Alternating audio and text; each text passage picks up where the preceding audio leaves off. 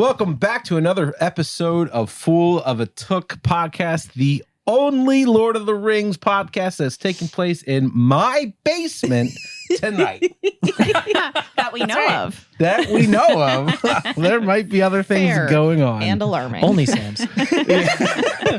So we have some things we got to discuss. Last week we discussed the Ride of the Rohirrim, which was an amazing chapter as the battle in the Return of the King is beginning at Minas Tirith. Everything is kicking off. But actually, I need to fill you in on a secret because it wasn't last week. Some things have changed. You might notice that, one, we have a new set. Pretty crazy. If you're listening, you probably don't give a shit. Yeah, not but at if you're all. watching, pop it up on Spotify. You might see a difference. Yeah. We are in my basement, and I live here too. But not in the basement. RJ doesn't live in the basement. She's not a troll. Speaking of trolls, you might know. Another thing that's really different is you also might notice that RJ is no longer pregnant. And that is because It went well. I have a baby. Yo! You really should have thought about that transition. That was a pregnant pause. Yeah. we ended up having the baby. And while for you, there's a 7-day difference between chapter 5 and chapter 6. Yeah. There's been a 5-month difference for us. It's almost half a year's gone And by. our I'm a lifetime. completely different person. Yeah. You're in fact two people now. Anyway, Yes. RJ's gone. This is Sarah.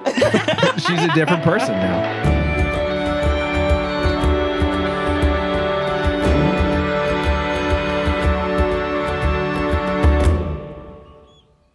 Last episode, King Théoden led his riders toward Minas Tirith to aid Gondor in their darkest hour. Their path was shadowed in fear until Gon guided them by hidden roads, allowing the Rohirrim to reach Pelennor undetected. When they arrived, Minas Tirith was besieged, and despair almost overtook Théoden. But then he called his riders to battle, and the Rohirrim charged, crashing into the enemy host with an overwhelming force. Their desperate gamble became a tide-turning assault, rekindling courage within the walls of Minas Tirith. Fuck yeah. Does anybody remember that? Because I don't. Well, I had to cut a lot It's been out. 5 fucking There was months. a Witch King. There was a lot of explosions. There was I remember magic. the last chapter was, I mean, just batshit crazy. Yeah. So much happens. It's like devastatingly beautiful and haunting at the same time. I'll take Yeah. your word for it. Yeah, I mean, when Vader comes out It's and, wild. He and basically explains is. that he is his grandfather. Yeah. Well, Right. Vader kills Dumbledore. I am your grandfather. Join me in Slytherin. Oh. We have so much to talk about. We are giddy and excited to be here. It's been, like I said, almost half a year has gone by since the last chapter. We were hoping to get a little further into the Return of the King, but unfortunately, My body said no. our baby came early. We had a little bit of an early baby, and so we had to shut the podcast down earlier than we anticipated. And So, actually, fun fact, our baby chose to come on the day that the Lord of the Rings book was published, October 20th, which is really That's awesome. crazy. 1954. Yeah, he showed up in 1954. He's 80 years old. We're doing a lot of time travel here on this There's a show. lot of time traveling We named going him on. Benjamin. Yeah, so there's a lot has happened behind the scenes. We didn't name him The Benjamin. it's a silent J. It's Benjamin. Benjamin. A lot's happened behind the scenes. Things have changed, but you know what has not changed? We're still here. We are discussing the Return of the King. We have a hell of a chapter to talk about tonight. I am so excited. We have the Battle of the Pelennor Fields to discuss, Holy which was a shit. crazy chapter. Yo. What a chapter to come back. So much I know. happened. And also, we'll get into it later, but I hated the end of this chapter. Yeah. So we will get into that. Okay. While reading this, I thought, I don't know why Tolkien does this to me every time, but it's the same thing as Helm's Deep, where I'm like, the Battle of Pelennor Fields. And the second sentence, they're like, we're in the Battle of Pelennor Fields. And I'm like, oh my gosh, I need setup. Like, you know, Well, the first I the need a previous little chapter foreplay. was set up. like Tolkien just jumps right into it. Yeah. Yeah. I mean, you get chapters of buildup and then the payoff starts with a punch in the face. Yeah. Yeah. True. This is the turning of the tide. Like, this is like for real. Shit's happening. And Tolkien does a very nice little pivot for us because we get to open this chapter with the POV of the Lord of the Nazgûl. The Witch King of Angmar gives us this little internal monologue, and it's shit. He's having a bad time. He's on a bad day. Because he has just shattered the gates of Minas Tirith. He has stared down Gandalf, and he's getting ready to like cut Gandalf into 3 or 4 pieces. And then dawn comes, and then horns start blowing, and he looks up, and there's everybody from fucking Rohan coming in to ruin his party. And he takes a second, and he remembers that he is a ring wraith. He's the Lord of the Nazgûl. He's the Morgul king. I'll come back for you, Gandalf. And he vanishes. Dawn specifically was not supposed to come. Right. This is the first dawn in a whole minute. And so everything that the Nazgûl and that Sauron and that the darkness has been working towards is starting to fray at the edges real hard, real fast. So Théoden has brought the entire strength of Rohan into the Pelennor Fields, which again is that like walled suburb outside of Minas Tirith. It's like 12 miles across. It's open fields, it's townships, it's all these things. But like the majority of Sauron's armies are currently camped inside of it at Minas Tirith's front door, hurling heads and fire and nightmares into the city. It's a great time to be everyone, depending on your point of view. But now the Rohirrim have arrived, and Théoden is like a literal god of war out of the old times. He comes down that slope with his personal bodyguard. You remember the boys at Orthanc? It's him and the boys again. Only this time, instead of one old man in a tower, it's 20 or 30,000 enemies. Yeah. Théoden gives 0 fucks. He's here to take heads, and they ride. They blast down into the Pelennor Fields. And I know you say it's like, oh, it's like Helm's Deep, but this is not another Helm's Deep. They've showed up from an angle that the orcs and the Haradrim and the Easterlings and Sauron's troops and the Nazgûl all thought was cool. But now there's 6,000 angry horsemen coming at them. And Théoden takes his men into the siege lines, into the camps, all the catapults, all the siege engines, all the supplies, all the everything. It's all on fire now, and they are driving orcs en masse into those fiery trenches outside the city. It is absolute bedlam. It's fucked. So they like snuck up on them from behind. Yes. Is what you're saying. Okay. Yeah, it is a fucking nightmare. Awesome. And Théoden is having the time of his whole ass life. Elfhelm takes a whole wing of the army and is just in the siege works, in the siege lines, fucking up everybody's day. And Théoden just keeps riding forward until he runs out of people to kill. And he gets to like the center of... He hits the wall and dies. Little knock on the head, old man goes sleep. Now, if you kind of think about Pelennor Fields as being a clock face, the Rohirrim have come in from the 12 o'clock direction, and Théoden rides to directly center of the clock. 9 o'clock is Minas Tirith, is the city. 3 o'clock is the road out to Osgiliath, which is the direction that all the dark armies have come from. Okay. And then down south at 6 o'clock is Harland, which is the port on the Anduin where the river and the wall kind of come together. Okay. There are currently enemies at 3, 6, and 9 o'clock. And Théoden rides through a bunch of orcs, terrified people who thought they were going to shirk their way through the siege and not really have to do a lot of work. Yeah. Well, they're all gone now. Now they're all crispy now. He ran up and went, "Hola, shitbag!" Hola, Ted. I have to say that's one thing I love about this chapter. Tolkien's pen is mightier than the sword. He's just slashing characters left and right, and we've only gotten a paragraph in. Yeah. It's a wild ride through the entire chapter. It's like right when you think someone's safe, you're like, bye bye. Yeah, it's literally a wild ride. Yeah. Théoden rides his happy ass into the middle of this battlefield. It's 12 miles across. He can see in every direction. He is a pulsating sack of adrenaline and testosterone. Sack. I don't know why. He's a sack. He's a king, what he is. You can't talk about him like that. Shit. But sorry. But what happens is... So Sauron's army is made up of a bunch of different components, right? He's got the Morgul legions out of Minas Morgul, led personally by the Witch King. He's got all the other orcs that come out of Mordor. He's got these Easterlings, brought his allies from way out east. He's got the Haradrim from Harad and kind of the south. So there's all these different army components, and the leader of the army of the Haradrim, he sees what's happening and he's like, I see the king's banner. That is one old man and like 6 of his best friends. We're going to kill them. So he orders his banner flown out, which is this like black snake on a red field. And he takes his cavalry and goes to countercharge Théoden. And Théoden sees it coming. And the best thing for that is a countercharge. So he runs directly. He's like, you're coming for me? He runs directly at them. Just no pause. He plays like, what was that game?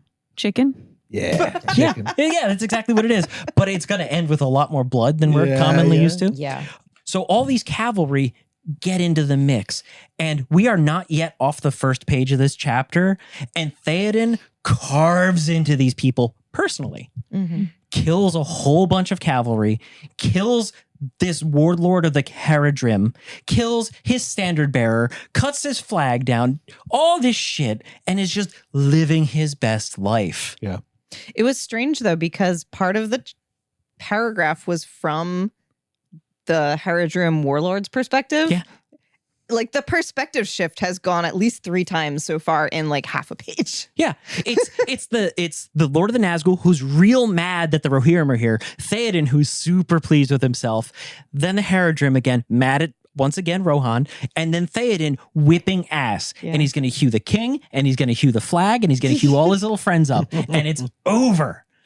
And so Théoden has found his happiness drenched in blood, and he's just living his life for a second. Yeah. And he's again looking for the next thing to kill. And the next thing to find him is the Witch King of Angmar. Because we talked about how dawn came, but now his shadow has fallen over Théoden personally. His own little rain cloud has showed up.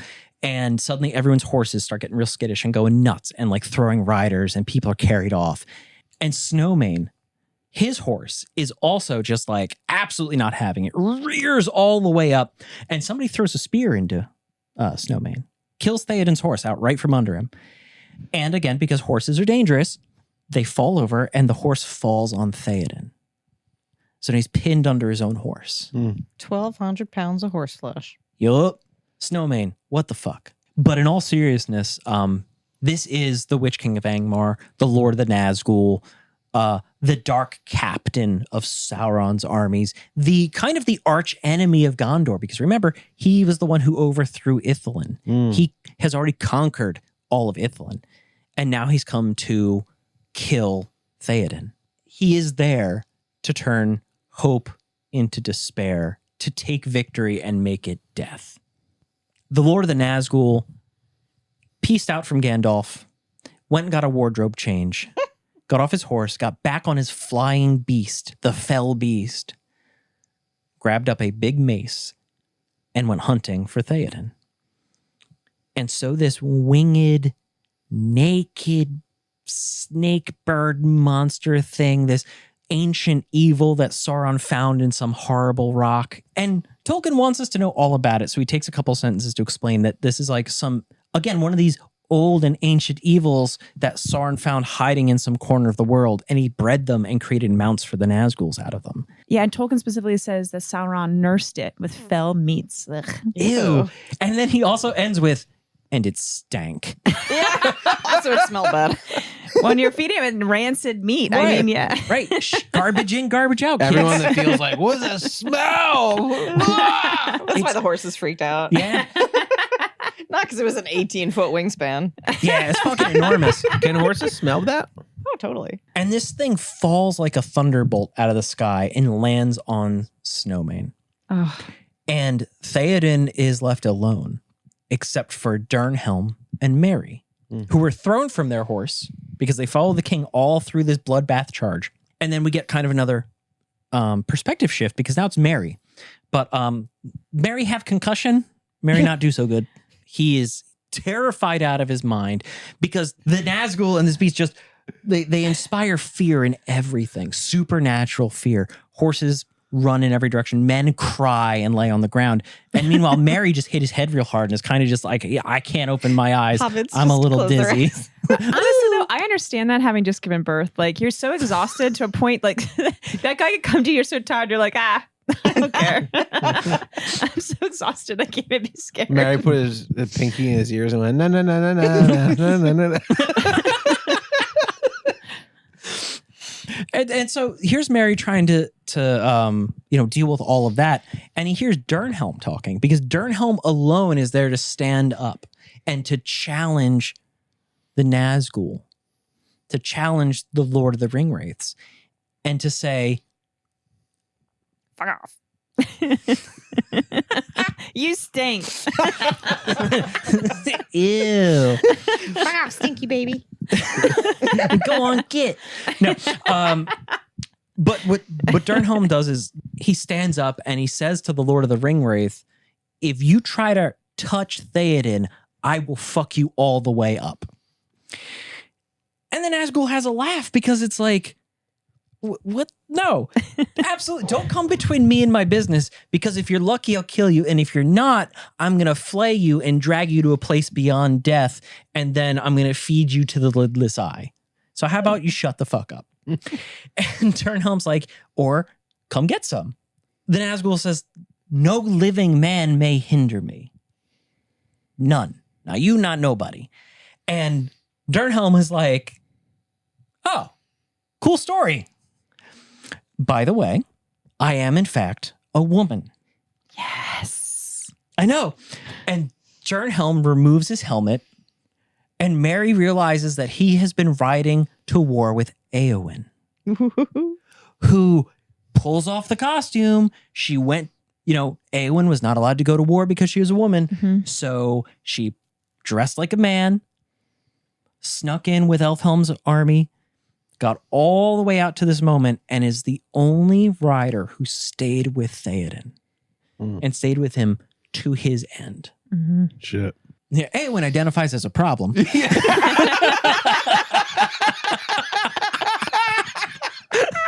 good. So fucking good.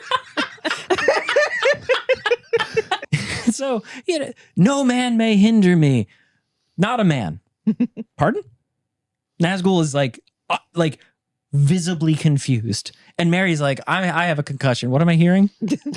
What are we? Also very confused. Yeah.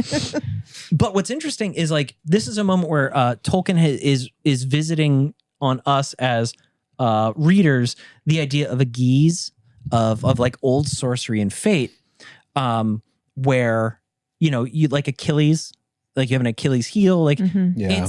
it's a little more subtle than that, where I'm invincible except for my heel.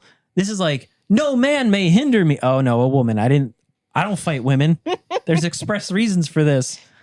So it's sort of death by technicality is what the Lord of the Ringwraith is facing right now. So he's pausing for a second to kind of reconsider what's happening. And Merry is also reconsidering all of his choices, everything that brought him to this moment, because he's laying in the mud and the blood. And there's a Nazgûl on a beast, and there's Éowyn, and there's Théoden, and in every direction, enemy soldiers. And all he's got is a concussion and the knowledge that knife problems are coming to him. And before Merry can make a decision about what to do, the fell beast jumps into the air, flaps up, and then strikes, drops again to kill Éowyn. And do you remember how Éowyn said, like, I train with the sword. This isn't just for show. I'm serious about all this. It shows up right now because this thing strikes out with this like awful goose head. And she just whips it off. One shot, done. She cuts the head off of this nightmare creature that no one can stand against. Done. One, I'm out. I'm good. What's next? So fucking cool. Yeah. It's amazing. And then the head landed on Théoden. Right. He's done. But The beast had already landed on Snowman on Théoden. Insert Gimli 2 tower scene. Yeah. But now we have to kind of consider from the Lord of the Nazgûl's position again, because everything was going great, and then it was getting weird, and now it's gone way the fuck off track. Yeah. So with I think Tolkien says like a cry of incredible rage that immediately made me think of Regina George from Mean Girls. And the Lord of the Nazgûl, he's done with processing this. He's just going to end the situation. So he takes his giant mace and he shatters Éowyn's shield and breaks the arm, and she goes down. He raises his arm again, and Merry has been like crawling in the mud, again, considering all of his life choices. But then when he realizes Éowyn is here and it's just him and Éowyn, he's not going to let her face this alone, or at least die alone. Yeah. He's going to do something about it. And again, sometimes knife problems are the only problems. So as the king of the Nazgûl raises up his mace to smash Éowyn like a fucking basket of eggs, Merry comes up from behind him and gives him the old buckling bow tie right up the back. That one's for you, buddy. Chris is expired. No, in all honesty, though, what happens is Lord of the Nazgûl's having a real weird day, and one little hobbit is absolutely something that should have been on his radar given circumstances, but he's just one thing too many. He'll get to that when he gets to it. Yeah. That was his mistake, because Merry pulls out the sword he got from the Barrows way back in the fucking day. This probably a little magic sword. We don't know quite so much at the time.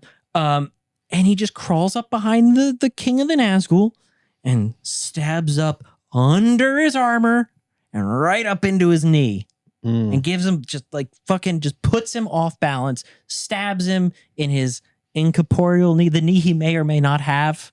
It's really unclear whether incorporeal, like Corporeal. Is that a muscle? No. Your corporeal form is like your physical form. Okay. Mhm. So I was a little unclear this whole time whether the So he stabbed the Nazgûl spirit, Lord was not just visible or not. right. Yeah. Are there parts of a Nazgûl that are physical and parts You that can't are see not? his face, His Right. head's except his eyes. straight ass invisible. Yeah. He's like smoke occupying a body's armor, right? Except Tolkien specifically says Merry the sinew. stabs him in the sinews behind his knee. Yeah. So I guess he has a physical knee. Or he's pretending. It doesn't matter. But the point is that the kid in the goes, ah! And he goes down. And it throws his swing wide. So instead of smashing Éowyn like a bowl of eggs, he hits the ground. He's having a whole fucking day in about 10 seconds because Éowyn's conscious is rolling out of her real fast, but she has just enough juice left for one more hit. So she stabs him in his fucking face. Yes. She drives her sword right into the space where, if the Nazgûl had a face she could see, it would be. So she goes for the space between the crown and the shoulders and hopes for the best. Mm. And her sword shatters, just explodes. And she falls, and everything the Nazgûl is wearing just kind of collapses in on itself. I love that Tolkien takes the point too to say that you're never going to hear his voice again in this age of this world. Yeah. Not that he's dead, but that as of now, this age, he's not seen again. Yeah, the Lord of the That's what Nazgûl you is meant by the done. balloon. It's fucking rad. Yeah. So he's like, ah. Yeah. I didn't know what you meant when you said it because I did was say walking. it's a thin voice. I see why Chris thought it was a balloon losing. Yeah. No, Well, it says that he perfect. turns into smoke and he's like, It does not say that. it says that. I wrote It does. It does say that. Balloon noise. He deflates and flies away. Is this all it takes to kill him? How come this didn't happen A way cry earlier? went up into the shuddering Oh my air and God. faded to a shrill wailing, passing with the wind, a voice bodiless and thin that died and was swallowed up and was never heard again in this age of the world. It never happened before, Chris. It never happened before because men kept trying to do it. All they needed was a hobbit and a lady. That bitch would have been gone. Damn. I would say Merry is the last man standing, but Mary's not a man either. He's flying away He's a going, you hobbit." bitch. Take that, misogynist. Technically, fuck you. And suddenly Merry finds himself alone, like an owl in the daylight, just blinking around, not really sure of what's happened. Again, concussion. The dude's not having a great day. On a day of bad days, Mary's having a bad day. Yep. But he appears to be the only conscious one in the area. Yeah. So he's got a 360-degree panorama of hell. And Mary's constantly thinking of other people. He's wondering how Pippin is. He's wondering where Gandalf is. He's worried for Éowyn, which is the thing that snaps him out of his haze of fear and head trauma. He's wondering about Théoden. And so he goes to Théoden, who's not yet dead. And Théoden opens his eyes and says, "How you doing, bud? I'm doing okay. How about you?" Dad. Daddy? But Théoden says, "Don't cry for me. Argentina. I thought that actually. Don't cry for me, Argentina." The truth is, I never loved you. Is it left you or loved you? I don't know. I thought it was left you. It's probably I left never you. left you. I think you're right. It's I never loved you is Don't also cry for true. me. I never loved you is a terrible lyric. It's bad. But what Théoden says is, I did it. I had a grim morning and a glad day and a golden sunset for me personally. Yeah. Because the man is bathed in glory and also blood. Mm. But he says, I can go to the halls of my fathers unashamed. I have found the end I wanted. Yeah. And he's been looking for this for a book and a half nearly. Yep. Oh boy, did he find it. And Merry is beside himself because he's like, I've done nothing in your service except cry and apologize for breaking the one direction you gave me, which was not to do what I'm doing right now, which is be in the middle of a battlefield, because what the fuck? Yeah. And he says, that's fine, buddy. Just somebody needs to find Éomer because he's going to be the next king. So we need to tell him that. Yep. And also, we got to tell Éowyn. I got to let her know that I'm not coming back. And Merry chokes up because he's getting ready to say, oh, she's here. She's also dead, but she's here. Very clearly, that's what he's going to say to him, this dying man. And he takes a breath to say it, and then all hell breaks loose. Horns and murder, and the battle catches up with them because they've been in this weird spot, probably like an artificial calm created by the fact that one of Satan's angels dropped on them and had something to say for a minute. But when that envelope collapses after the Witch King is gone and that fear is gone and people start moving back towards the center, everything goes to hell immediately. Because remember, this is kind of an interlude of violence because if we're in the center of the clock face, which is where Théoden has fallen, again, to his 3 o'clock is bad news. To his 6 o'clock is worse news. To his 9 o'clock is the Morgul legions outside of the city. It's bad news, bro. Bad. Is there still fire everywhere? Yes, there is fire still burning because they were chasing orcs into fiery trenches. Like it also probably stinks to high hell. It's a bad place to be. But 12 o'clock's okay because 12 o'clock is where Éomer has the entire Riddermark. All of the warriors of Rohan are with him, and they come thundering back south through the center. So they overtake Merry and Théoden and Éowyn. So Merry's got no appreciation of the tactical situation, but Éomer arrives and surveys the scene, and he takes in the bodies everywhere and Théoden lying there dying, and he dismounts, and Théoden's battle flag, his standard, is in the dirt, and they retrieve it.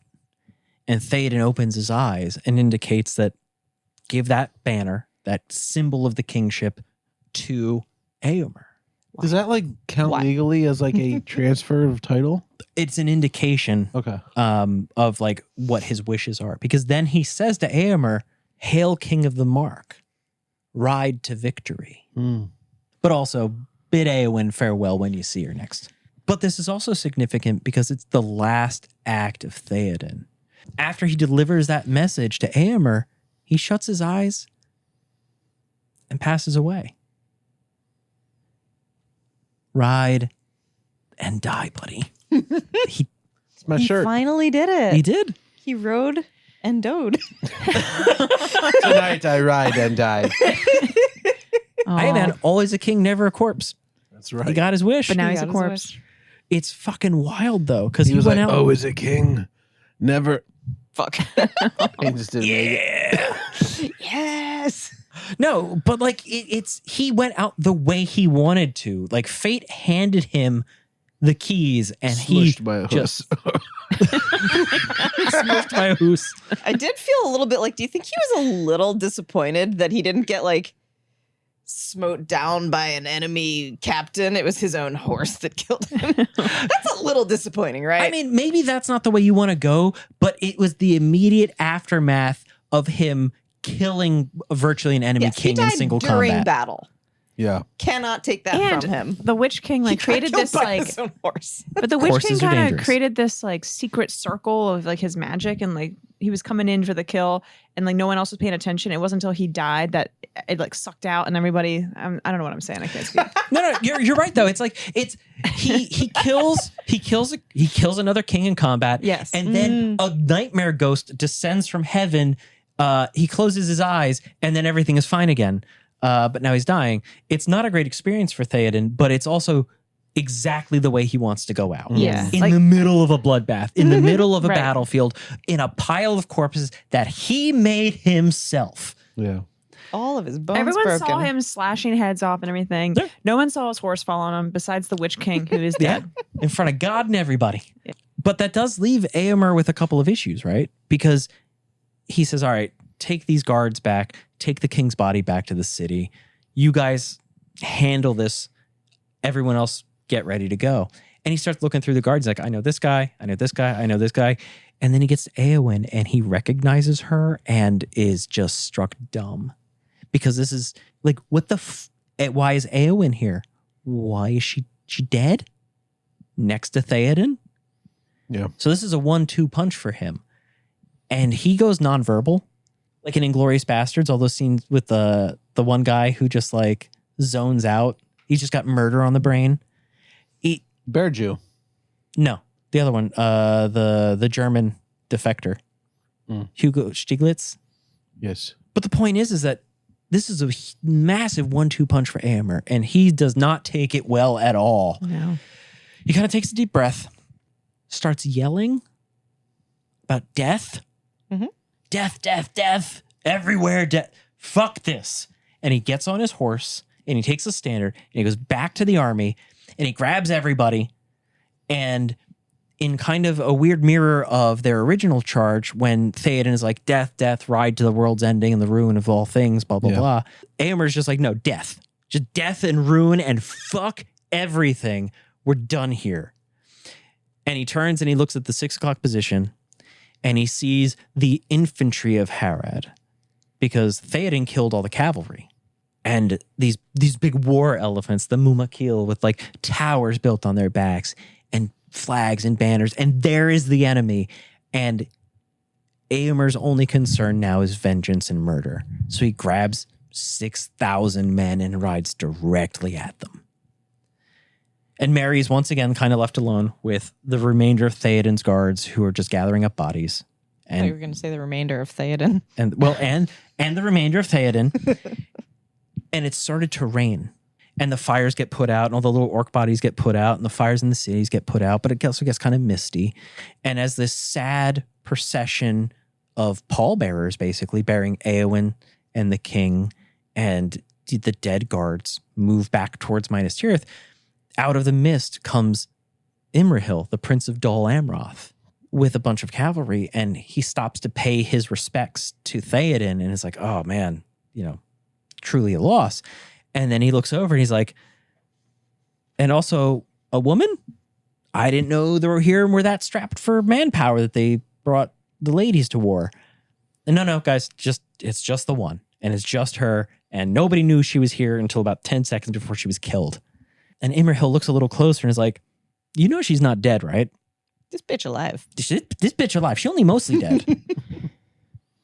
And they're like, what? And he's like, yeah, get her to the fucking city right now. And like, yeah, okay. He like holds his armor out or something like that. He takes the armor on his arm and holds it in front of her mouth, and her nose and her breath mists it. Like, like you breathe on something metal and it creates a mist. Oh. Yeah. And it's like just barely. And he's like, guys, look, that's proof. There you go. Yeah. This bitch not dead. You Thank God this guy did this. right? I know, right? Like he's got to be looking at them like, are y'all illiterate? Like, what the Yeah, they were fuck? about to bury her alive, A. Yeah. And B, I thought it was really odd. Like, no one checked her for a pulse. Like, I guess they didn't have like medic training. Did we not know about pulses Like, if yet? someone's eyes were closed, they're like, well, That's they're what I dead said. on Yeah. the I said, I battlefield. don't Like, think they how knew many? that It made me what think, that how was. many alive people were getting buried during these Vapors. battles? Hey, injured and non-responsive is as good as dead. They'll be dead Ooh. eventually. Yeah. But after that intervention, the tables kind of turn because now it's the turn of Gondor to ride to the rescue of the Rohirrim. Because Éomer charged into the main body of the Harad infantry, and he was outnumbered 3-1. And that was bad, but I mean, he is smashing house and absolutely fucking them all the way up. The problem is that he's now surrounded on 3 sides and soon to be 4, because forces are coming up from like the 8 o'clock position, and forces are coming out of the 3 o'clock position. And there's elephants. And there's elephants because these giant war elephants, the horses will not go near. So there's sort of these mobile fortresses that even after the infantry get broken up by the Rohirrim, they can retreat to the shadow of these elephants and regroup and fight again. And it just keeps going on, and the Rohirrim can't win. All of the reserves are being committed to the battle at this point. The plan is coming all the way the fuck apart if you're from Mordor. Lord of the Nazgûl is dead. The sun is coming out, which isn't supposed to happen. There's a bunch of horsemen here. That's not supposed to happen. Yeah. So they just release all the reserves. They've massed a second army for the express purpose of sacking the city and just ravaging all of Gondor, just releasing them to at this point. Mordor. Okay. The plan is two parts. One, smash the city. Part two, burn the whole country to the ground. So they have a second army that they were just had on standby for that, the reserves. All these Easterlings, men of Khand, axemen, like half trolls from way the fuck out of nowhere. The lieutenant of Morgul sees what's going on, and Gothmog is like, nah, we're just going. And he pulls the trigger and sends everyone. Now Éomer is about to fight the entire massed army by himself. And even though he's got all the Rohirrim with him, he's still outnumbered 3, 4, 5 to 1. Mm-hmm. It's a bad time. And completely surrounded. Yes. And this is it, right? This is the final blow. This has been a seesaw of a fucking day for everyone, but Mordor's got him. In the final rounds, Mordor's got him. And along with the dawn came a wind from the sea. And it's been driving away clouds. It's been a constant theme, this salt-tanged wind. And now people are seeing that there's black ships coming up the river. The Corsairs of Umbar have arrived. Fucking pirates, dude. Pirates. This is the final blow. This is it. This is the fleet that was tying up 90% of Gondor's armies in the rest of the country. Mm. So the conclusion that anybody seeing these ships can draw is twofold. One, we are fucked. We're dead. That we can't do this. We can't do a fifth army. And two, the rest of the country has fallen. Mm-hmm. Yeah. They're here now because they've killed everyone else. Yeah. And Éomer sees this coming and he's like, well, plan B. Ride and die. Ride and die. They rode, now they die. They get off their horses. The plan is just, we're going to stand on this hill. We're going to raise the flag up. We're going to form a big shield wall and we're going to fight to the last man because fuck this. Yeah. Like 300 style. 300. Mm-hmm. That's absolutely it. To the last man, they're going to go down swinging. Yeah. And as these ships are coming up the river, he basically gives them the bird. He flips them the fuck off, waves his sword at him, and give him a big fuck you. To Hope's End I rode, to heart's breaking. And that's it. The lead ship on the fleet unfurls a banner. And again, remember, banners are the symbol of kingship. And this one is the flag of Gondor. With 7 stars and the crown of Elendil, the symbols of the kings of Gondor, not the stewards of Gondor, not the kingdom of Gondor, the kings, the line of Elendil. Yo, jeez, guys, now everybody is like real. That now everybody's on that roller coaster, that up and down. What's it mean? What's it mean, Pat? What does it mean? What's it mean? It means those are not the Corsairs of Umbar. Yes! It means those ships belong to Gondor. And there's only one man who can fly that flag. That's Aragorn, baby. The heir of Isildur, the heir of Elendil. Yo. The king has returned. Daddy's home. Oh, my God. Oh, man. What a moment. Return of the king. Is that what that means? Yes! Yes! This is the return of the king. I didn't get that. Oh my God. So it's still not over though, because everybody is still standing around kind of like processing everything that's just happened to them. And now suddenly the city empties. Every soldier in Gondor is like, it's kill time. It's go time. We go now. Yes. Every orc, every Easterling, every man of Harad and all of Sauron's allies and slaves and everybody who's been lured into this kill box is suddenly looking around going, we're fucked. This is it. This is not how I thought today would go. And the real slaughter begins. Because when those ships come up to Harland at the 6 o'clock position, Harland is the port on the river Anduin at the Pelennor Fields, right? So it's basically just a taxi stop where the Corsairs of Umbar stop, and they were supposed to let off a bunch of pirates and the murder was supposed to begin. Instead, Aragorn Legolas, Gimli, the Dunedain, Elrond's sons, and a shitload of Gondorian soldiers get out. And all those Harad infantry that had like really fucked up Éomer's day, now they're getting hit from behind. Now they're caught between the hammer and the anvil. The predator is the prey, the hunter is the hunted, and the murder is enormous. It is the fucking end of everyone inside that wall. Every enemy of Gondor that breached the Ramis, that entered Pelennor Fields, the majority of Sauron's armies in that area, everyone in that area, all the reserves, everyone, they hunt them until nightfall and kill nearly every one of them. And somewhere in the middle of this, Aragorn and Éomer find each other and go, yo, what? Hey, bud. You're alive? It's that scene from Predator where they do the arm slap. Dylan! Hey! And their muscles show. Yeah. It's like, I told you I'd see you again. I didn't believe you. Well, here we are. All right, I'll see you later. We got work to do. Oh. And so this chapter is the story of that moment of how the tide turns, because they've more or less lured tremendous amount of Sauron's armies into a trap and ground them up like beef. Like they're done. Nothing but blood and nightmares is left. Yum. Oh my God, but Jesus. so many people died. So many people died. Yeah. Great captains. Forlong the Fat, you remember him? Yeah. Yeah. Oh, he got hewed all the way the fuck up. He got unhorsed like Théoden did, but he went down swinging as well.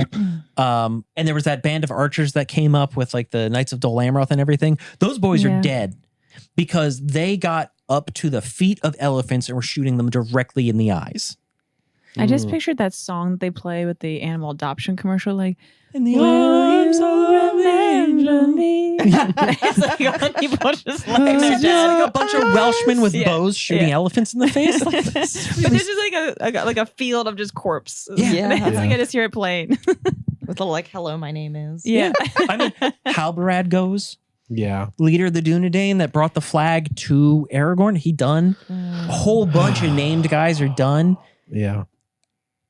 Uslaf, the banner bearer. Uflaf, Duelin. Duelin, and his brother. Like it's He's bad. an archer, but yeah. What? Isn't Duelin the archer? Yeah, Duelin the archer and his brother. Yeah. It's a lot of fucking dead folks. A lot of important people are dead in this fight. A lot of other people are dead in this fight. Yeah.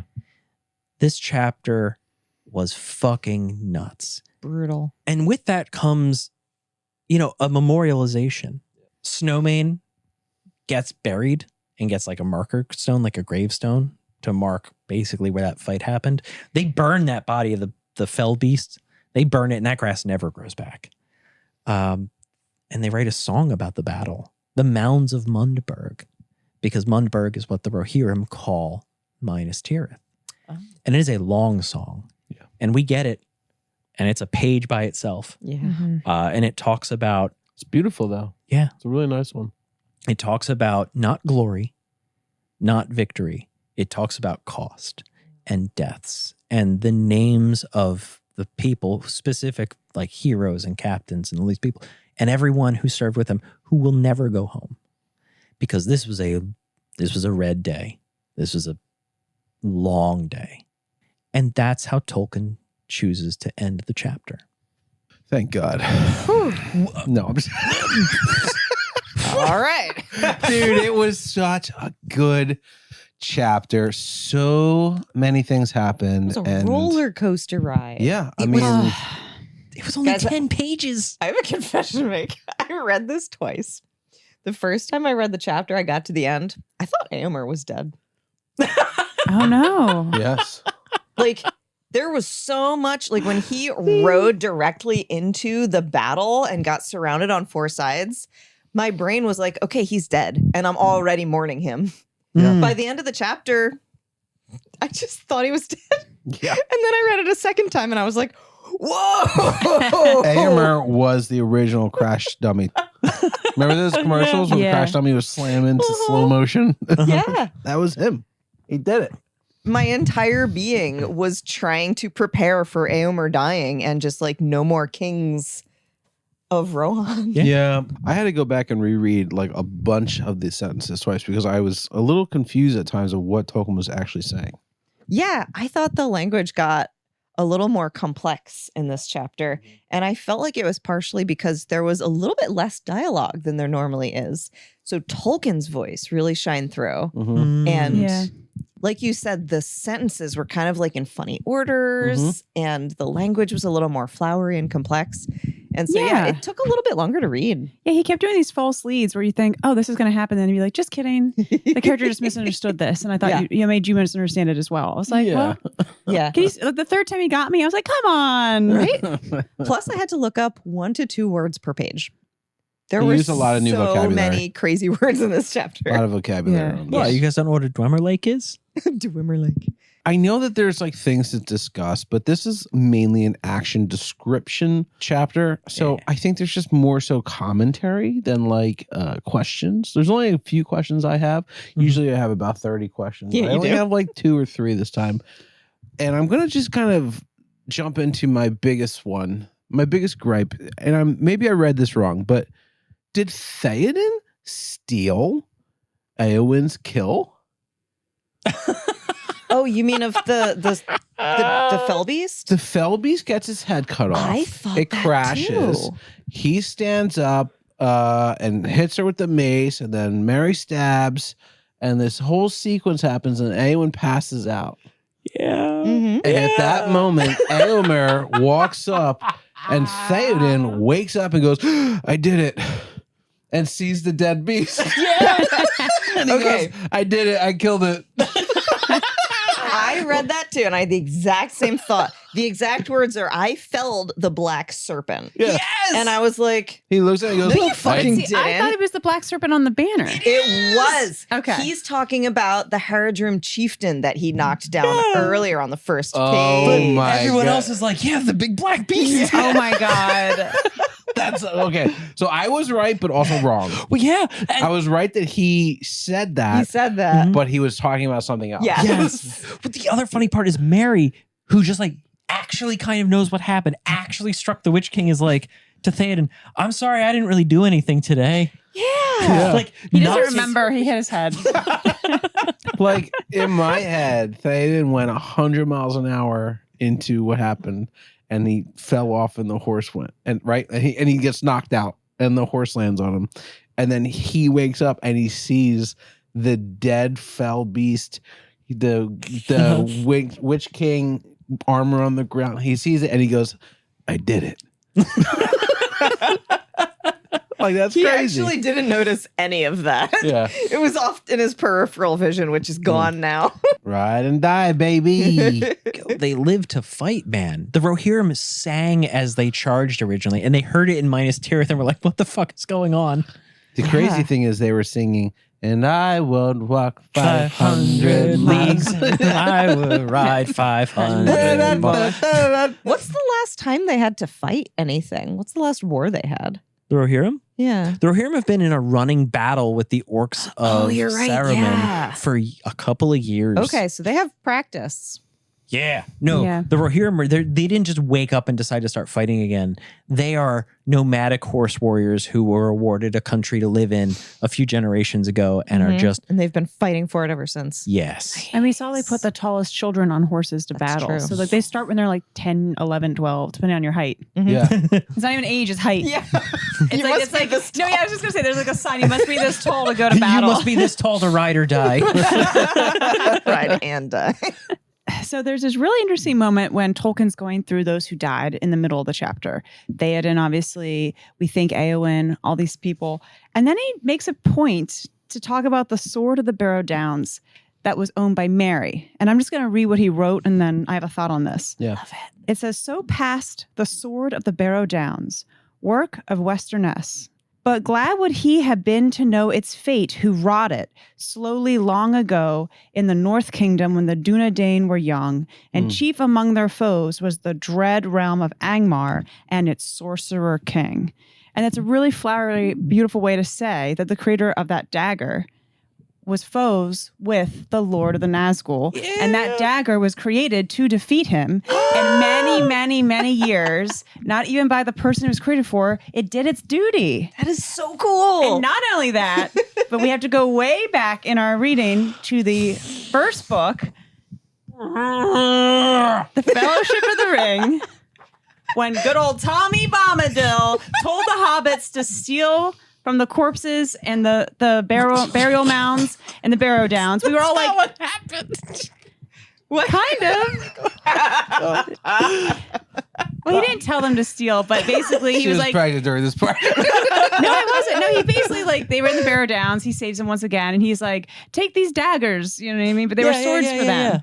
And lo and behold, one of those daggers ended up being the one thing that could defeat the Lord of the Nazgûl. I feel like we went off the rails here. No, she's right though. Did Tom give it to them, or did he tell them to take it? He told them to take some things because they were naked and like. Remember they were literally naked on the grass, Literally naked, naked. doing So cartwheels. he's like, clothe yourselves, young hobbits, and take those stuff. My question is, did Merry choose that for himself? Or did something guide him to that?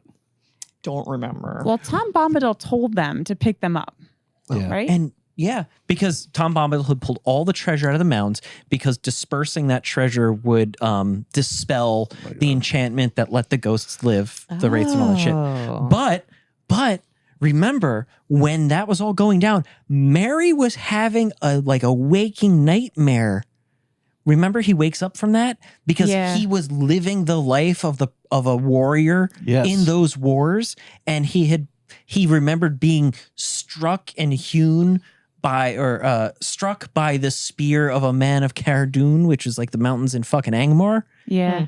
This is basically Merry picking up the nightmare war from his time in the Barrow. Yeah. That is fucking cool. Yeah. And I thought it was just so awesome that Tolkien kept that story going and finally closed it in this chapter. Like the payoff was incredible. And Now, it just shows am I correct that he's a Morgul blade? No, this is a Numenorian blade. Numenorian blade. I just think that's really cool that the long play on that storyline because it's a lot of detail and you're kind of like, well, that didn't really pay off besides they got these cool daggers that they can use for knife problems. But everything has a meaning in this story. Yes. And I just thought this was one of the best payoffs yet of the whole storyline. Agreed. It came full circle and it was beautiful. Yeah. And I also love the proof of why Tom Bombadil is important. I can't believe there's a fucking 7 degrees of Kevin Bacon between Tom Bombadil and the Witch King of Angmar. Yeah. That's true. Hobbit, take this dagger. And they made a point of saying that because of that dagger, Merry was the only person who could have defeated the Witch King then and there. It's so awesome. Oh my gosh. It's fucking rad. There's something that really is bothering me. Yeah? Guthlaf, the banner bearer, R.I.P. he lays dead. Yes. Sorry, Bummer. Goose. Bummer. Also, who was Guthlaf? He was the banner bearer. Oh. He's dead now. Bummer.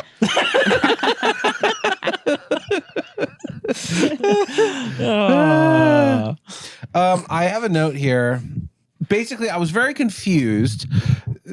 We talked already a little bit about how the writing gets Tolkien gets a little happy, pen happy writing here. And he maybe was like, no one can, paper edit this. It needs to be exactly how I wrote it the first time. But I read this as, oh no, Éowyn died. Oh, Éowyn's alive. Huh. No, Éowyn's dead. Huh. Éowyn's alive. And I was on a roller coaster of emotions, dude. Yeah. Holy shit. Because Witch King raises his arm to make the killing blow, gets stabbed, doesn't get to make the killing blow. But her arm's already broken. Yeah, but that doesn't mean you're dying. No. But he already And then hit her it once. says, Merry looks at Éowyn on the ground. Yeah. Yeah. Put the X over her eyes and make the sound. And I'm like, she died? Man, what a terrible way to announce she's dead. They didn't even say she's dead. He just looks and sees her passed out on the ground. And then we have the whole sequence come back up, and they're like, oh, that's Éowyn. And Théoden's like, I just tell Éowyn. And I was thinking to myself, Merry doesn't want to tell Théoden she's dead. Yeah. Right? Yeah. But then they never made a killing blow, so there's no way she's dead. There's no way she's dead. But then they throw her in the pile of dead bodies. So I guess she's dead. Kinda. But then the guy comes in and goes, she's not dead. And I'm sitting here going, make up your mind. Yeah. And was that the Prince of Dol Amroth? Yeah. Imrahil. Yeah. Imrahil. I have to say, I had a question of that for Pat, and maybe it's just like the fact that I had a long break and I had baby brain. But they made a big point to say his banner had a silver swan on it, and I know that that represents that he has both Númenórean and Elvish blood in his lineage. Mhm. Isn't Elendil's wife, aka Galadriel's daughter, a swan? Is that because like he has Elvish swan blood of her line, or I know she was cursed? Are the swans just a prevalent thing in Elven mythology, or is this meaning like he's of some line of that? It is a common motif in all those stories, and Okay. and Dol Amroth plays like geographically into that whole tale. So there's a Okay. reason that swan symbol is present. Okay. I was just curious. I was like, is this like Swan Lake where all these elves women are becoming swans by day at night and then elves by day? Like, what is going on? It's just the one, and it's Okay. very sad. Yeah, and it then is a somebody sad story. dives off a ship to go find their swan wife and just never swan does. And Swans are both beautiful and scary, much like elves. True. That's And actually really a great once again, analogy. water the eternal foe. Yeah. Well, thanks for clearing that up real quick. Did Because I was any- like going on a deep dive, like, are they related? To a swan? Did they pull Snowmane off of Théoden? Théoden? It's more He like rolled off at some point? Snowmane kind of rolled off a Théoden Dead? alive, Question mark? alive but unwell. Yeah. And then the fell beast lands on Snowmane and kind of rips it up. And it grabs Snowmane. Yeah, and Oh. just With kind its of like talons and starts stabs the digging fuck in out of it. Yeah. I kind of thought it was like a Gimli situation where like Snowman was on top of Théoden and then the beast lands on Snowman and he's like, oh, Yeah, that's exactly what I thought. more weight. more. Yeah. And then the beast head falls on top. And then So, Gothmog. Not dead yet. Did we meet Gothmog? What's a Before? Gothmog? Gothmog's a character. I was to say, it's a really good punk rock band. He's in the. Gothmog is like the lieutenant of the. Oh, right. He's like the Mor- leader of the Yeah, of like the- Mordor army He's or the something. number 2 guy for the armies of Morgul Vale. Ooh, you got to Lieutenant. watch out for those number He's- twos. He was the reserve. I meant because Sauron was a number 2. Oh, okay. Gotta watch out for those BMs. Dude, all night RJ's been doing these phrasing.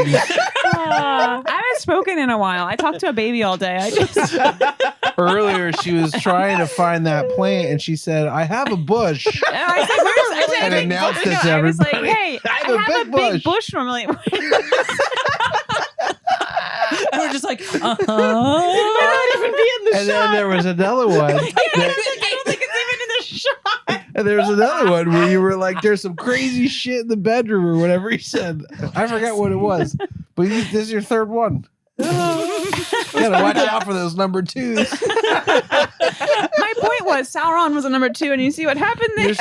You're Yeah, so yeah, yeah. innocent that you don't understand or hear how It makes sense in her quickly I head. can turn what you're saying into a terrible The thing. third time I got it. It took me 3 times.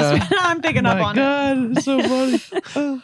Holy guacamole. What were we talking This is about? a very serious discussion. Oh, wait. obviously. He was Mhm, Gothmog or whatever? Gothmog was the lieutenant of the Morgul army. yes, So he was leading the reserve that came up like at the end. to flank Yeah. everybody at the Yes. end. Mhm. Okay.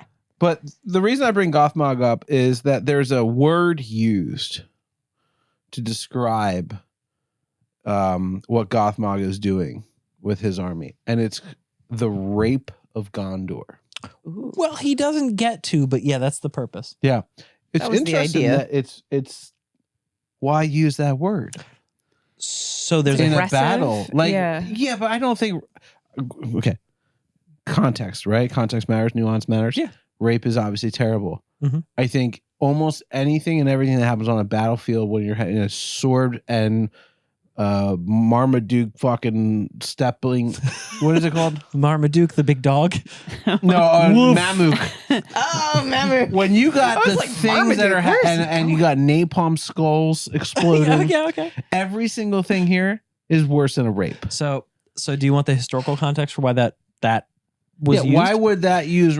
It just doesn't feel like strong enough of a word for this time period when this is written. Okay, so propaganda. Tolkien fought in World War One. In World War One, the Germans invaded Belgium, a small nation, and they were very harsh during the occupation, like mass executions, all this crazy shit. And English and American and French propaganda all called it the rape of Belgium.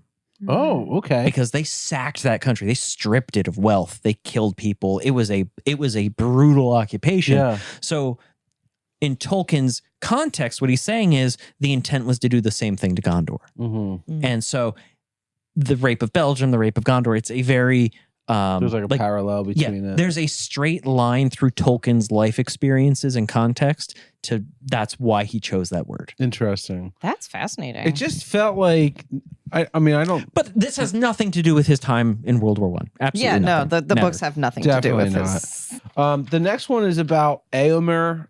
He rapes Théoden. Jesus. When did that happen? Oh well, that's literal. Oh, okay. That one was sex. Yeah, got it. Yeah. Actually, Yeah. necrophilia. It's part of the exchange of the crown. Oh, wow.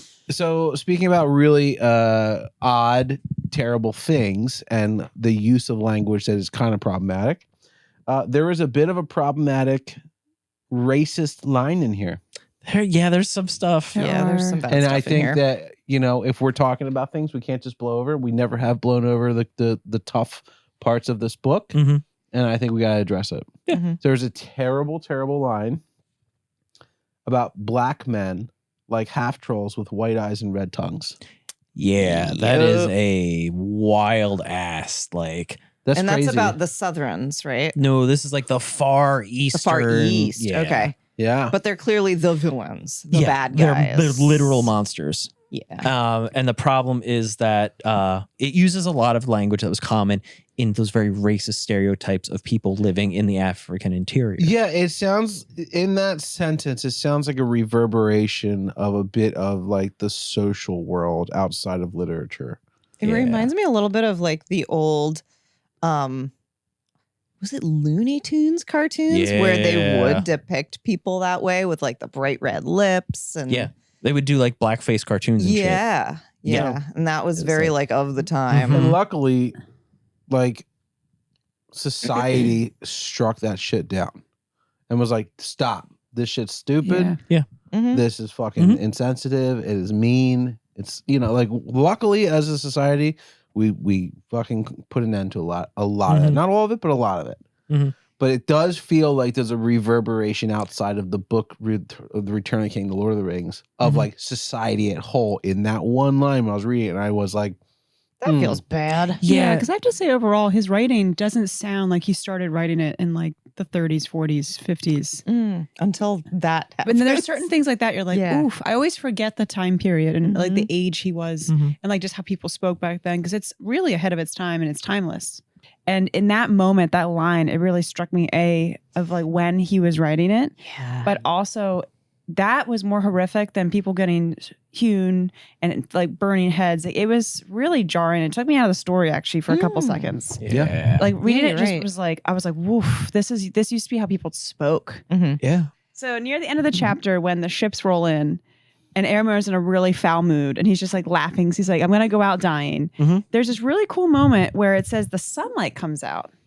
And I was thinking to myself, how is that happening?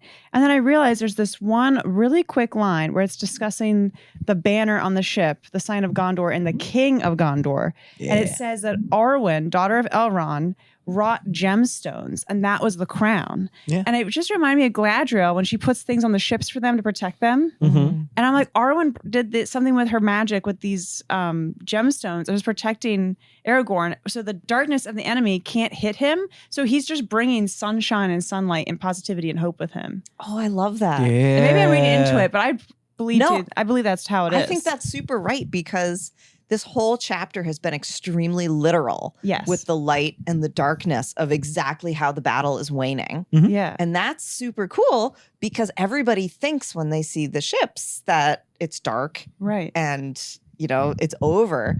But there's light coming Mhm. from the ships. Yeah, and once to again, show you. another character on the sidelines is actually having a really big hand in this battle specifically Mhm. from a previous And a book. woman. And another woman. Yeah. Ooh. I also liked when I realized Reaffirms the point that women always be fucking shit up. Arwen fucking this whole battle up on purpose, and it's great. Just to make I her love boy it. look good. Yeah, just meddling, With her gemstones. meddling in all the affairs. I liked the moment when I realized that flag or Standard. standard was the gift that was brought from Arwen to Aragorn. Yeah. Yes, that's the one that like he was like, no, keep it. Yeah. Yeah. rolled up. This flag is special. It has a moment. This was the moment. Yeah, That was Yeah. so good. Don't spoil my moment, boys. I loved it. Yay. Well, it was really neat though. Like this whole motif of like light and Aragorn bring like he brought the wind from the sea came with him, and he blows up the river on these ships, and it is fucking rad Mhm. because that's the parallels between Aragorn, who is the heir of the kingship, and the arrival of the original arrival of the Númenóreans from the sea, right? Like there's this really cool set of parallels that gets played into. There's this seesaw of hope, like, oh boy, the wind and the light is coming. Oh fuck, it brought pirates. Oh fuck, it's our boy. Like It is a roller coaster. It was It a is, roller and coaster it's- of emotion. it's just, I love it so much. Yeah, This chapter had so many fake outs. it did, but also, I have to say, I love this chapter. It was like I was sitting at the edge of my seat, reading this, listening to it. We read and listen at the same time, and I was, God bless Andy Serkis and his voice. Yeah. Him in this, if you haven't listened to Andy Serkis do this chapter, you have to, because he is in the recording studio screaming at the top of his lungs Mm-hmm. anything that comes out that's said by a human being. He's screaming. Yeah. When they are yelling death, death, ride to ruin and the world's ending. Yeah. I mean, I think he's Chills. 10 feet from the mic screaming at the top of his lungs like he's in a punk band. And Yeah. you can hear the rawness in his throat. Yeah. Mhm. But when he does the Witch King's voice, it sounds like he's talking through a bowl of spaghetti. It was way too wet to be a voice for somebody that didn't have a corporeal form. Well, water's the eternal foe. So he's just like a wet ghost. Even to us. Yeah. They But I find got- him just by his little like I squelch gotta marks. say that there was something about this chapter that I have a hard time shaking. I know I'm not alone in this. So internet, if you're hearing this and you support what I'm about to say, please stand up for me because I feel like I'm about to get crucified. Oh, what's about to happen? I'm concerned. But this was a fucking blue balls chapter, man. This whole fucking book, I'm waiting for Aragorn. Actually, this whole trio of books, I'm waiting for Aragorn to have his moment, to roll up, pull out his flame sword, Yeah. and do some work on these Yeah. orcs. Leading this, he's the return of heir of Elendil. He's here. He's fighting the battle for Minas Tirith. This is it. And Tolkien goes, and it was a crazy battle. You should have been there. That's-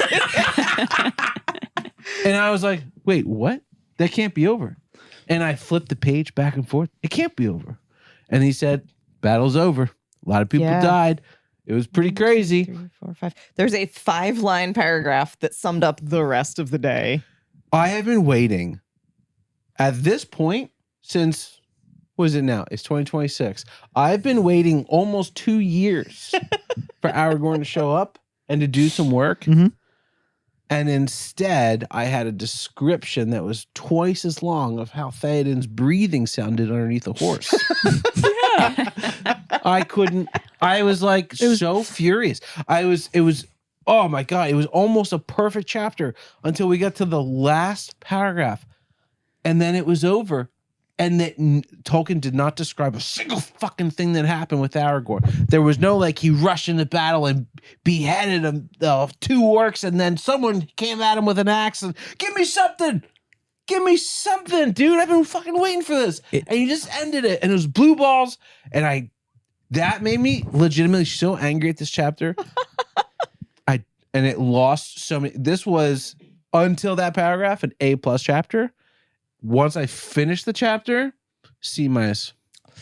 C-. Well, to feed that fire, I just want to remind you that like Théoden does all of his work on the first page. Yeah. And it's a 10-page chapter. You get your 2 paragraphs for everything that Aragorn has accomplished in a, hey, you should have been there moment. And then Tolkien, he wrote the Mounds of Mundberg. We get the full text of it. That's 1 page out of 10. Yeah. Well, it prefaces that song by saying it was a great battle and the full count of it, no tale has told. Oh my So God. he's trying to say that like literally nobody knows everything that happened. Not me and not you. Yeah, That's so including funny. myself. Because like And he wrote Aragorn. it. Do you think? Wait. Do you think that was an editor's note? He's just like, no, absolutely not. This Dude, doesn't make any fucking sense. It's kind of bullshit, man. Like, it's kind of bullshit. Tell me it's not bullshit. It is kind of bullshit. You know what I think? No though? one's ever written or said what happened. I wish I knew. So I think it Are was you too fucking heinous kidding me? to really like. I think it's like your adrenaline gets up and you can't really remember. It's like you black out. You know what I think? I think this is Théoden's chapter. That's it. They're not going to take Théoden's chapter and have Aragorn take over it at the end. Come on, give the old man his This due. is the chapter about the Rohirrim. I don't care about him.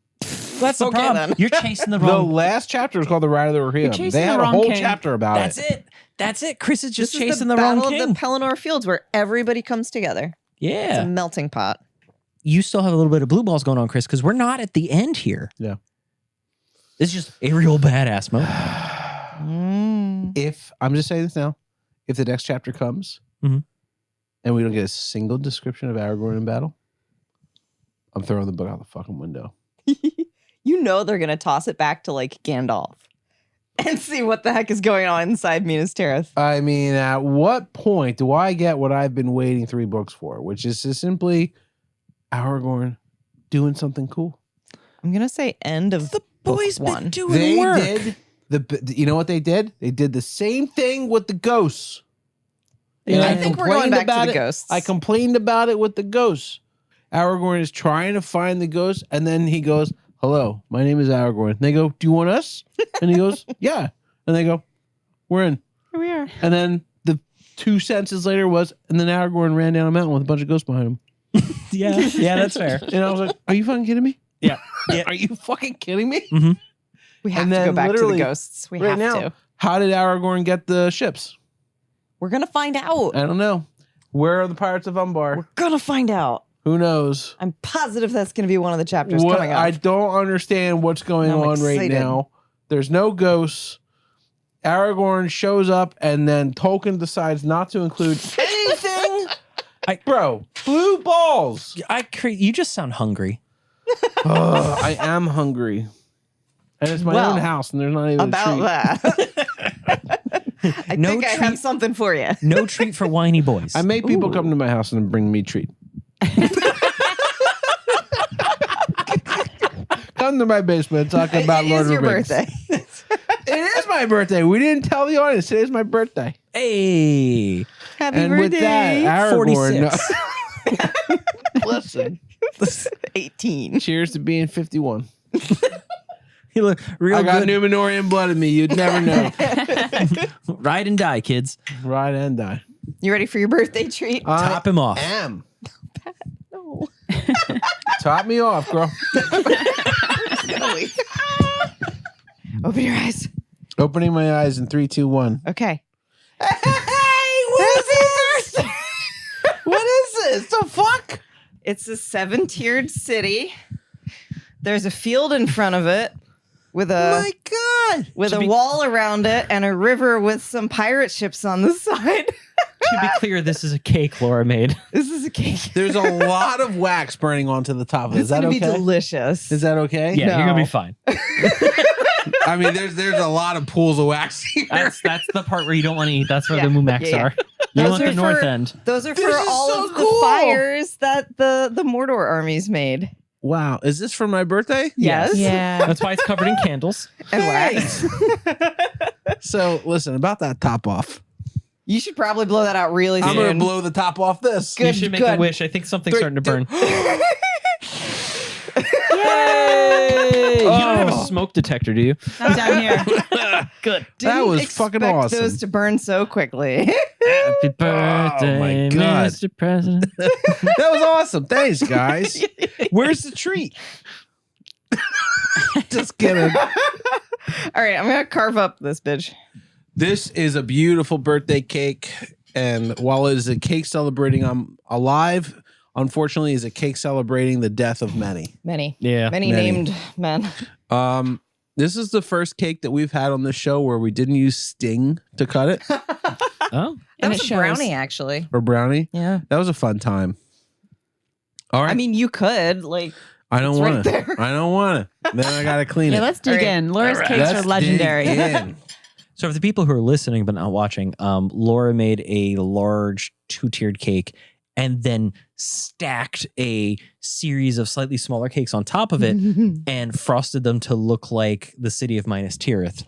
We put a bunch of candles in the Pelennor Field and they melted all the way down. Yep, we're eating them. Are we? We're eating some wax. Yes, we are. Okay. But it's fucking great. There's a lot of grass on here, which is freaking awesome. How did you make grass? I have a special piping tip that makes Oh grass. God, Lauren, It's just the that's tip, very man. personal. Shut up.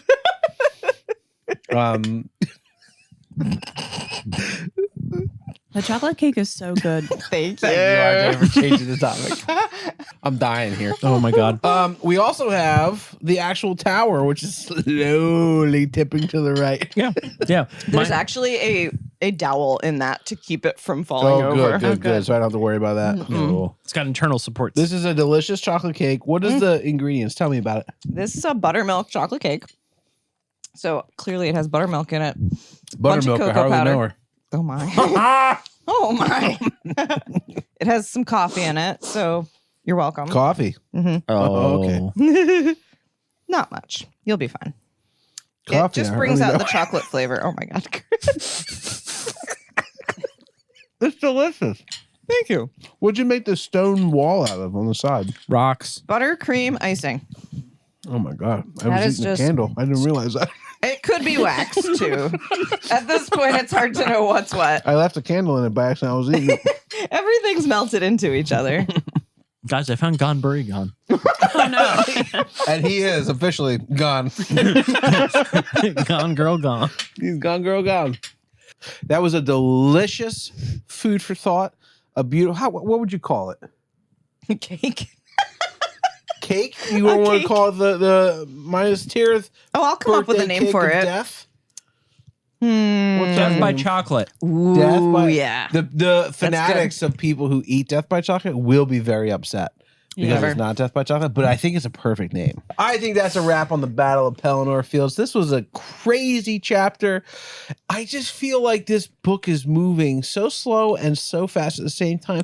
It's felt like months since the last chapter, Yeah, weird. and now it feels like the next chapter is going to be in like a week. We're really good at time travel. Crazy. I'm gonna It's stab him. crazy. It's his birthday. Wait till tomorrow. Oh, fine. Please wait till tomorrow. I would hate to die on the day I was born. Aragorn said that. That's his favorite quote. Vigo. Vigo. Vigo. Hardly knew. Legolas. I hardly knew her. Like last. All right, calm down. Listen, that's a wrap on the Battle of Pelennor Fields. What a great chapter. I am so happy that we were able to talk about so much. Chapter. What a grape chapter. Did I say that? You said Yeah. grape. I love grapes. I like when they're smushed into wah. What a grape chapter. Listen, grape. Listen, I need to know what's about to happen in this book. What is the name of next week's chapter? The Pyre of Denethor. The Pyre of Denethor. Ooh. That does not sound good for Denethor. Good old Denny. He ain't doing well. But it does raise some questions about Faramir. Yeah, seriously. I have a lot of questions. I can't wait to dive into the next chapter. We're going to start listening and reading tomorrow. Woo. But in the meantime, I just want to say thanks so much for listening to watching, to commenting, to following, to subscribing to our podcast. We have the best fans in the world. So many people have reached out, honestly, even commenting on our socials about us having a baby, wishing us well. Yeah. Thank you so much. That meant so much to us. And like, while the time jump is going to be a little weird for people who are watching, if you're listening, nothing changes. That's right. We're back. Truth. We're here. We're drunk. We're talking Lord of the Rings. We are unfiltered, or as unfiltered as Pat allows me to be. Partially unedited. What you guys don't see is there's at least 90 minutes of every episode where Pat's telling me, shut up. No, I'm not allowed to say, no, you can't say that. And I will say things. No, I'm just kidding. But honestly, he does do that. I am so happy to be here. I just want to say I love you guys. Thank you for listening and watching our show. We are so excited to be here doing this. We have a couple chapters left. 13, we said, right? Just a few. The final 13. Friday the 13th. We got 13 is a creepy number, man. We got 13 weeks of this book, and then we have a movie episode. Yay! I love the movie And episodes. then that will be the end of season 3. And I think a Ooh. 1-sentence synopsis of book 3 as a you little have to do that. bonus. Maybe that's a bonus. I don't know. We'll see. I don't know if we need to. No, that's my favorite part. 4 we have to do chapters are it. just going to be She death. only death, does a podcast so she can do that. Exactly. So we're thinking about starting a Patreon because Laura has started invoicing me for these foods. And I need help paying for them. So if you're interested, Cheap kids. $100 cake. I could really use some subscriptions to our Patreon. It's fullofattook.fuckyou.com. Make sure you go check it out. Or It's Only pretty Sam's. great. Or the Only Sams. Don't forget the Only Subscribe to our Only Sams. Sam's. There's great feet pics. They're very hairy. They're not our feet. They're all AI generated. No, But- don't even tease. It's There's Pat's a lot of big toes. completely nude deep lore dive. Tune in Wednesdays for Pat's Nude Dude Wednesday. Where he lets everything out. Yeah. And don't worry, he tops us all off.